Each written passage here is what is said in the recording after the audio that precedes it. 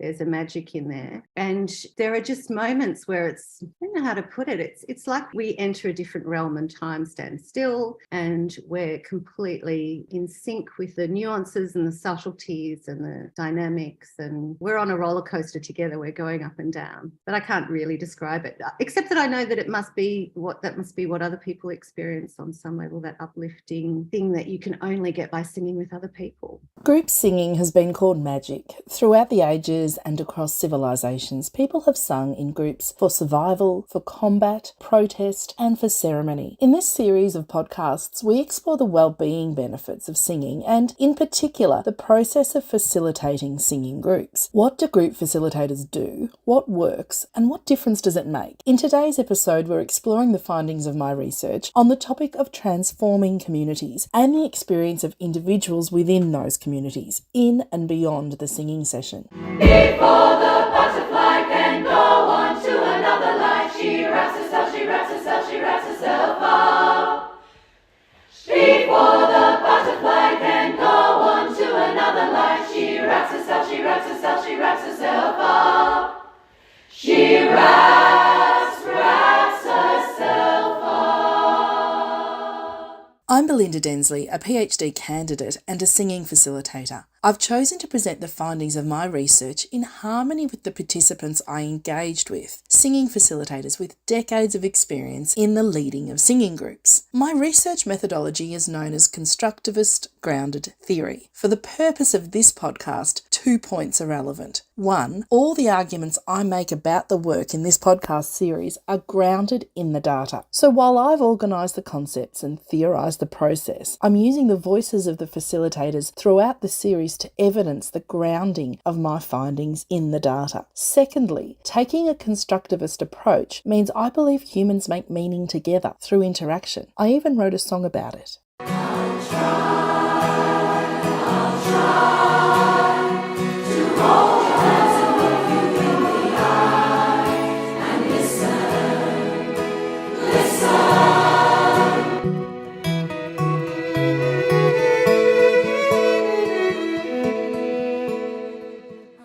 Because I have so much experience in and passion for this area, I use my knowledge to engage with facilitators, to test ideas, to learn from them, and to explore meaning. One thing that was irrefutable, absolutely and without a doubt, is the perception and experience of group singing facilitators that their participants feel incredibly joyful, grateful and fulfilled by the experience of attending a group singing session. They know people embed the sessions in their lives. That's a really important part of it too, is the regularity. Yeah, I think it's that it becomes part of your schedule, becomes part of your life. This is something that you do every week and it's part of your life. I think we're very habitual creatures and I think that we learn things by repetition. Here I include a small sample of voices from my own groups who contributed to this research, a word or phrase to describe what group singing means to them. I'm warmed up for the week. It's good for body and soul. It's very uplifting.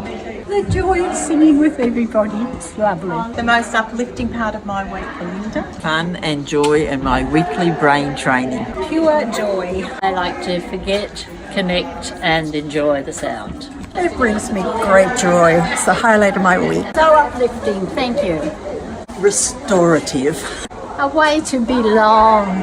It's just wonderful. You are so uplifted when you leave. I love it. Pure joy and healing. This choir is a highlight in my week. Soul food.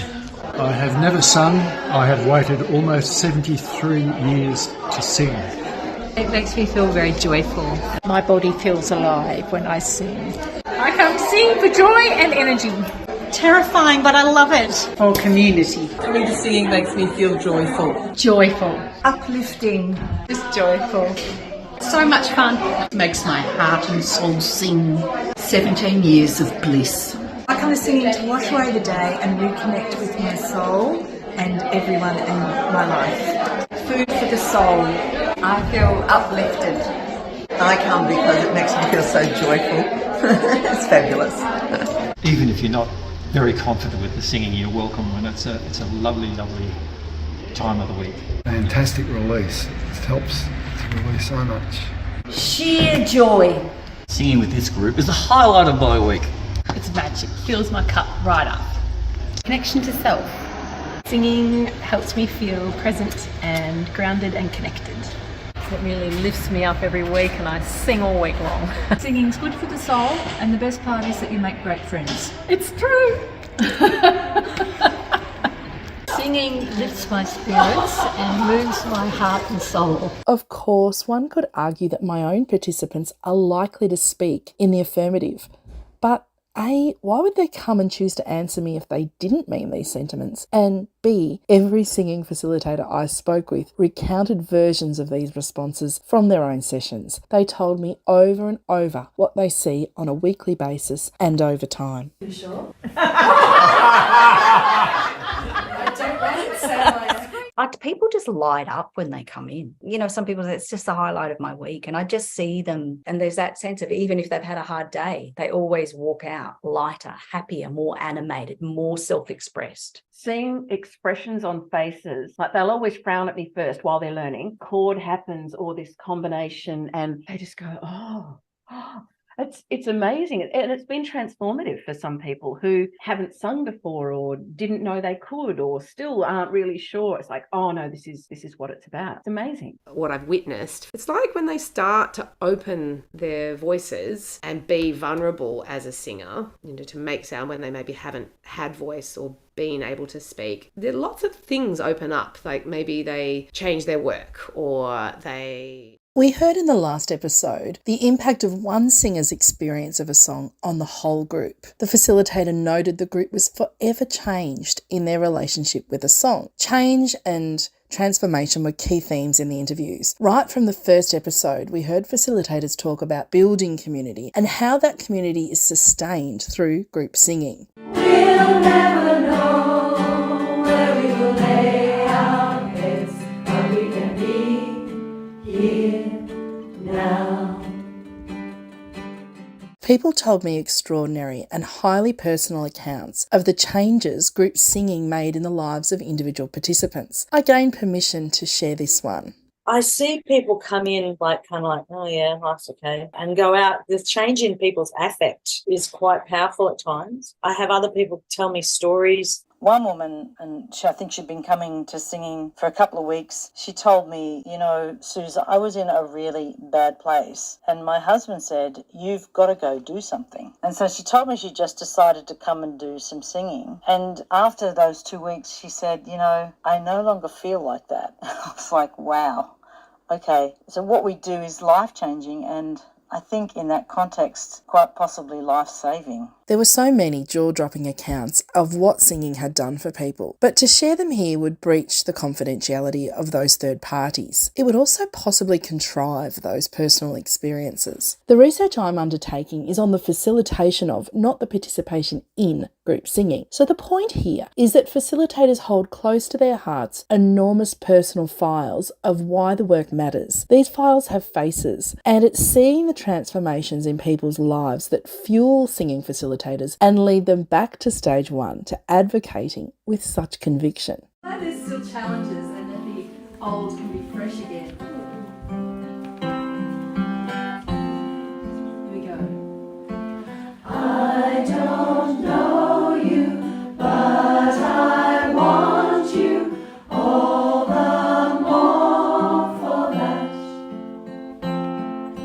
Words fall through me and always fool me. Now that I've started singing next to that person, I feel like I'm more confident, or that they're powerful things because they're not exactly about that they've become a better singer. It's about that they've gained confidence and had a visceral experience of improvement that they can carry forward into other parts of their lives. What have you seen it do for people, singing?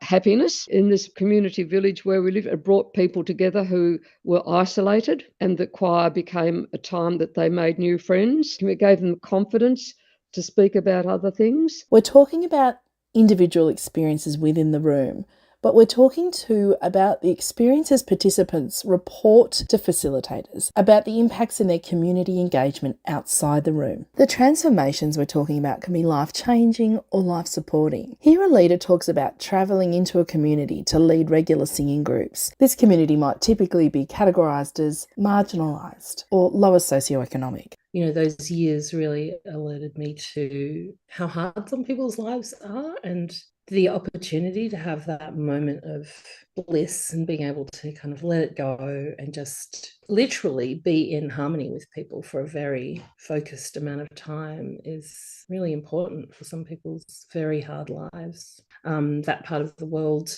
has a lot of people who are struggling in the day-to-day, and so I think that's why I kept going back for such a long time. It might only be from Brunswick to Dandenong, but it felt like crossing the universe to get there. Yeah.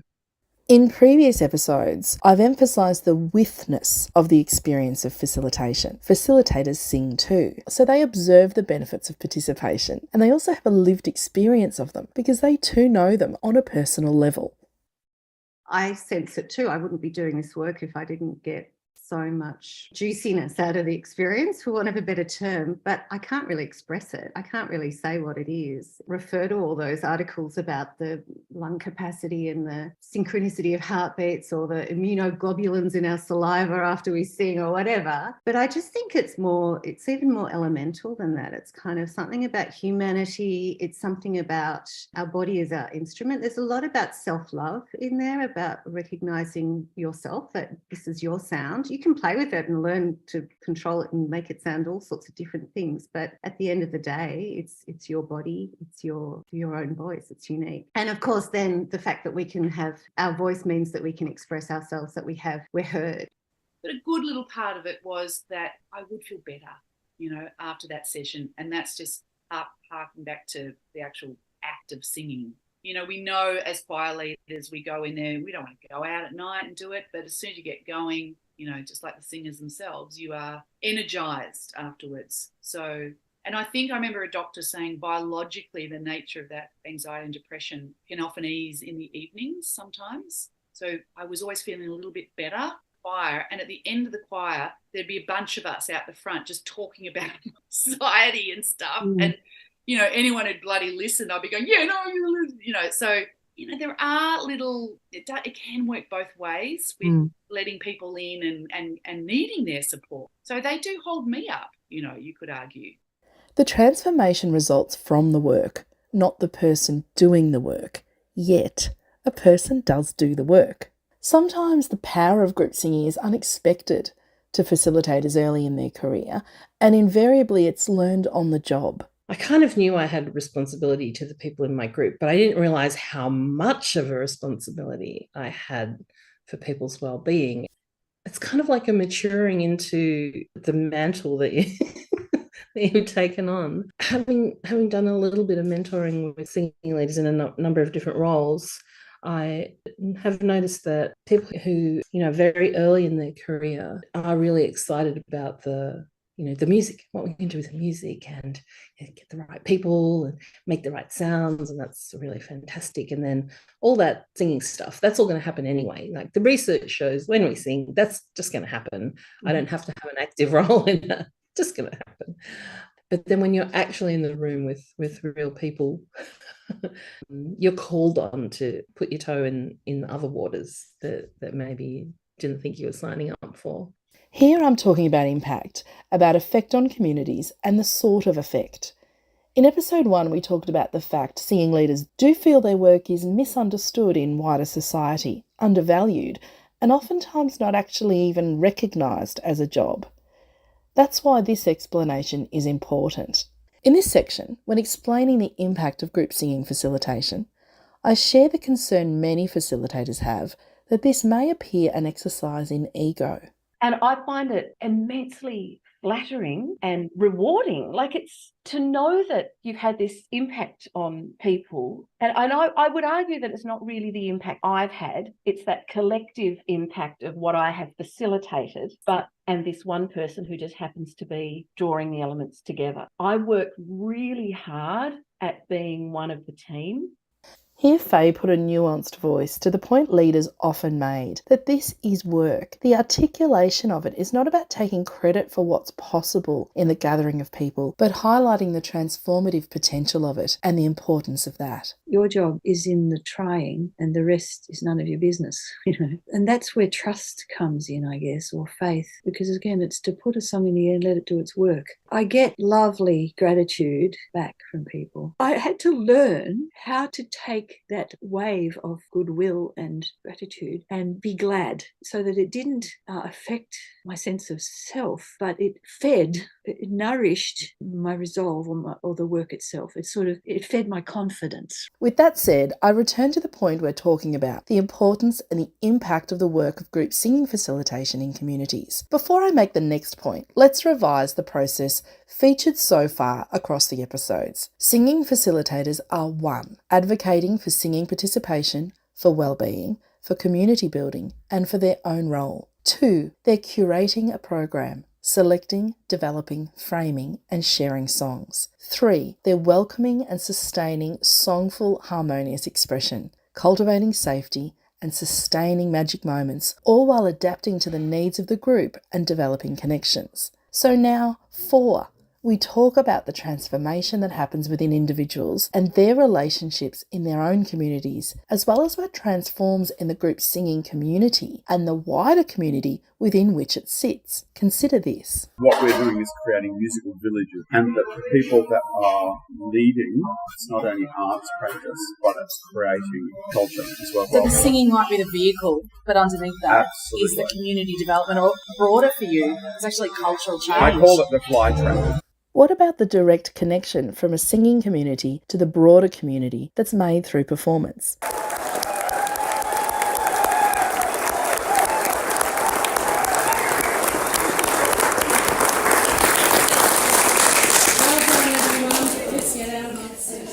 The notion of performance is contested. It could be the topic of an entire PhD in and of itself. I gathered the sense from my interviews that for facilitators, performance exists along a continuum, from that which occurs in exchange for a priced ticket in a formal context to that which is simply the addition of group singing to a community event. So they get to give back. There'll be things like within our community, it's like, I got the refugee council down here contact me and say, can you come and bring your group to sing that song? So they get that feeling that I get, the feeling of like contributing to society, actually. And that's what we're all wanting. There are performances that range in between the formal and precise showcase and the informal, non-staged group of people at the local school fete. National Women's Week or Women's Day. Well, anyway, we had a function that the community house had organised, and they asked the choir if we would sing. And we said, yes, we'd love to. So we went along, which included the dinner and listening to a speaker. And the speaker was really, really interesting, talking about inclusion and also talking about diet and keeping yourself healthy with diet and exercise and joyful activities. So it fitted in perfectly because choir is one of our joyful activities. It's not necessarily a performance to people. It can be a performance with the non-human elements of the community. Many singing groups will sing for animals, for the beings without a voice, to raise money for their welfare, protection, or bereavement support for those who've lost their pets. Communities of singers also sing for place, communing with nature. I've recorded this next snippet down at the Barwon River.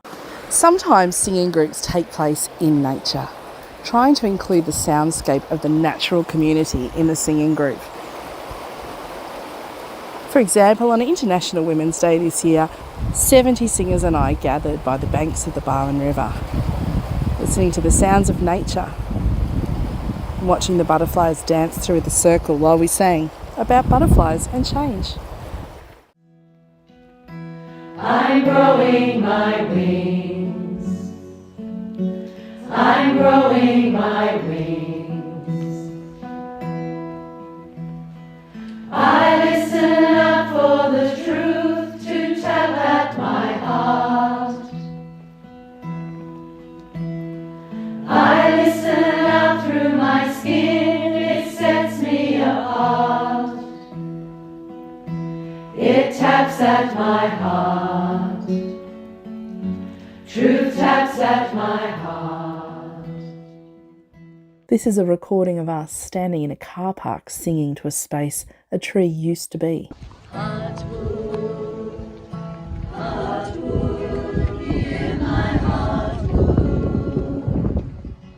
The performances we discussed in our interviews were open-hearted, focused on sharing and accenting community participation. Jonathan Welsh became renowned in Australia for his choir of Hard Knocks. Before I met Jonathan, I recall his choir singing at Melbourne's Carols by Candlelight. It was gloriously imperfect. The voices were tentative and the vulnerability palpable. There's a blaze of light in every word. It doesn't matter which you heard, the holy or the broken. Hallelujah. Hallelujah.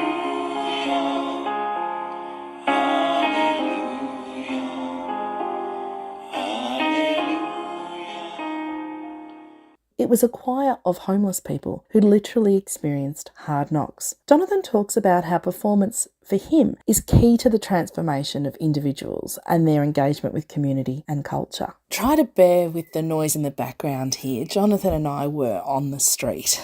The experience of moving to performance, and I found this time and time again, particularly with Sydney Street Line Choir of Hard Knocks, the transformative experience of performing when you're actually standing there and you bare your soul and you bare your voice, but then you're applauded for your effort.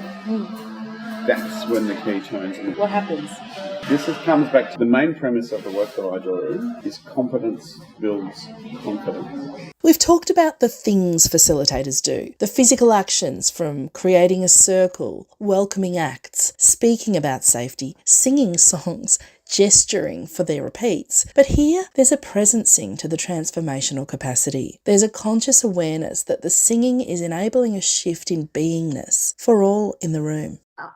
If we have that outlet and feel that vibration through our own bodies, then there's no place in your life that doesn't reach out to. If you overcome something or hear something, allow something to come out, that's going to ripple through your own openness to different experiences, to taking on a challenge that you might not have otherwise it is confidence, but it's also transports you into a different place that you can then, time and space and boundaries just dissolve just for the moment. Like it's ephemeral. You can't hold it. If you try and hold it, it's gone. But it does afford us those moments, probably like a meditation or like some experiences that take you out of your body kind of feelings. We described this in the section on sustaining magic moments, but it also extends throughout the process and after the session ends. We're talking about transformation that happens for individuals in the context of their communities and the role of the facilitator in that process. But what is transformation? When we're talking about communities transforming, to what sort of community? Singing groups are often connected to place, so the participants in singing groups logically are somehow already within a community. What is it about singing that means the participant experience of community becomes different? What changes? What does the work of group singing facilitation contribute to the type of community that becomes from group singing? If we were talking about a running community, we might describe a change to fitness. A cooking community might generate more diverse recipes. Let's look at the perceived impact on community that group singing facilitators report based on their experiences and perspectives. More subtle examples are always someone looking out for the mum that just looks tired, just the subtlest kind of, can I get you a drink? Can I hold your baby? It's just so strong, that culture. And I know in there that people have got vastly different political views, world views, and it's just not featured. I think people confuse creativity and originality because we're making all the time. And I think the human being and the psyche is our spirits, our makers. At our best selves, we make. And if we're not given the opportunity to make good, we can make havoc. We can make evil. We've got that capacity to make. And I think I might have talked about this in some of the singing leader training, but Manfred Max Neef, who was a Chilean, he's a pianist and economist as well, but he worked for the United Nations and did a big study on what are the basic human needs. One of those is creativity. And so he talks about basic human needs in any culture. Any cultures will provide basic human needs in different ways. And he talks about, as well as things like sustenance and protection and freedom, he talks about participation He talks about identity. So when you're in a singing circle, you have an identity in that space, in that time and place. And if it's an ongoing group, you have identity within that group. He talks about creativity as being a basic human need, and affection. I think this is important because you can do it all brilliantly, but if there isn't love there, if there isn't at least affection or compassion or some kindness, I mean, those are building blocks of love, and not to get too soppy. And that's the thing, kindness, the goodwill of heart, and that compassion needs to be there as well. One of the ways facilitators know their work transforms lives is when they're asked to have a role in participant deaths.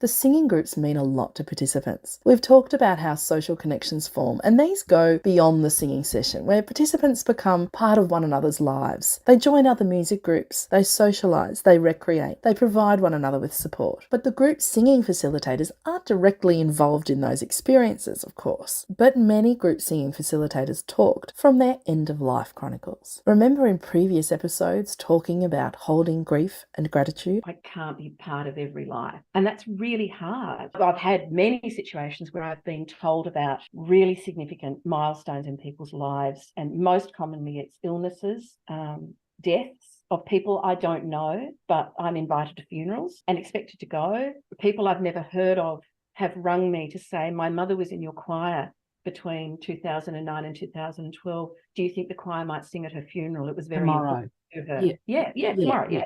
This is a bit awkward because this person's having a funeral. Do we just do it because they used to be in the choir for a long time? You know, those. I think the group increases connectedness to others. We sang for one woman who's just had the funeral of her dad, 92, died this week, and she hasn't been attending because she's been his carer. One of the things that happened during COVID was that one of my choir members passed away, and I found myself in the position of having to organise and facilitate an online celebration of her life. I invited everyone from the choir and her parents, and people spoke about their memories of her, and we sang her favourite songs. And because we were on Zoom, I had to sing the songs, and they sang along in their own house, but they could not hear each other. So it fell upon me to do a really good job of singing the songs because it kind of felt like a performance. And also the situation of me having the responsibility for helping people to experience their emotions and to celebrate Christy's life felt quite onerous. It made me realise how much we take on as community singing leaders above and beyond simply teaching songs. Her mother said that she found it to be a consoling experience, and I was really pleased that we'd done it because it helped to hold our choir together during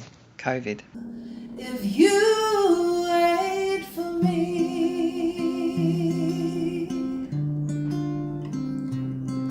and say you'll hold a place for me in your heart, a place for me in your heart,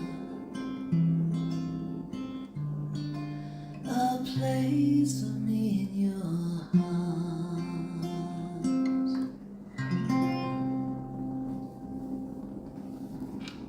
Death matters. During sessions, participants often nominate one of the songs as a potential funeral song, as a matter of course. This will be a good one. But like the loss of group singing via COVID lockdowns taught us how important singing was, death highlights what mattered in life. This idea supports the concept that singing facilitators do transformational work. At the other end of the scale, Kate reflects on an experience in her group singing session that relates to new life. I get a feeling of overwhelm kind of every session I witness something just utterly beautiful and so supportive. What's an example? I mean, one of the funniest examples was this mum of twins. She had a 5-year-old and twin boys, and she was a intensive care consultant, like proper high flying, like she'd made it in her career. She drove a long way to come to my groups, and she was absolutely like, what is going on in my life? And she was always sort of feeding one of them, their big hungry boys, and managing some to do the singing singing and do the mumming and just like spinning out. And one time she'd fed one of the boys and sat him in the middle of the circle while she was finishing feeding the other one, and the little one in the middle of the circle just span around and sort of projectile vomited all this baby mum. Pretty gross story, but I remember looking at her, the face of horror. But it was like, honestly, you've never seen so many packets of baby wipes coming out of handbag. Kid was cleaned, mopped, changed into new clothes. The nappy sacks were tied up and like handed back to her before she'd even processed what had even happened. Like someone had made her a cup of tea. Kate here is talking about a group that's filled with new mums, but it's also filled with multiple generations, just like so many of our singing groups. You heard the voices of participants from my groups before. Our singing groups include new mums, medical doctors, academics, paramedics, people with dementia, people with Parkinson's, professional singers, brand new singers, full-time carers at home, carers at the coalface, sisters, married couples, unmarried couples, mums and daughters, dads and sons, people from the LGBTQIA+ community, recent migrants, people new to town, people who've lived in the community forever, you and me.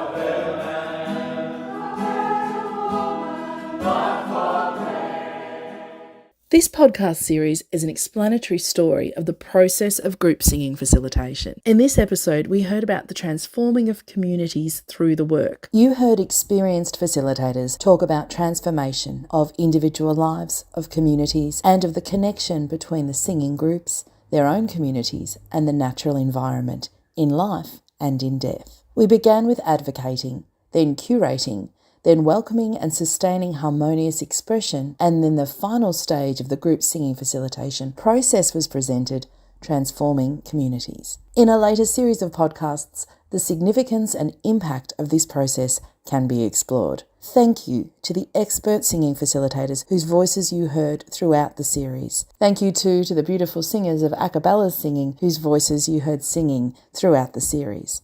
For a full list of participant credits and song credits, please see the notes. I hope we meet again in the next series about creating song magic. Come and meet me in the middle of the air.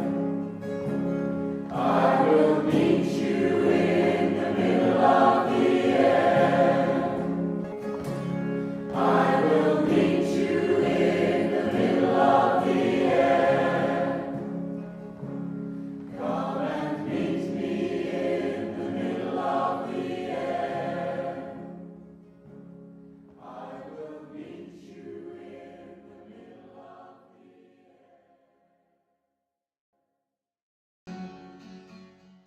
air. Thank you to all the facilitators who participated in this research and the singers from a cappellas who generously shared their voices. Almost all of the songs used in this series were written by me. For a full list of song credits, links to singing groups, and a list of participants and their information, please review the credits or see the appendices of my thesis. It starts with advocating, then curating a program, welcoming and sustaining harmonious expression, transforming communities. It leads back to advocating, and it's all constellate to the pursuit of eudaimonia, a concept of well-being that is individual and collective and supports flourishing, thriving, and a full experience of expression. May your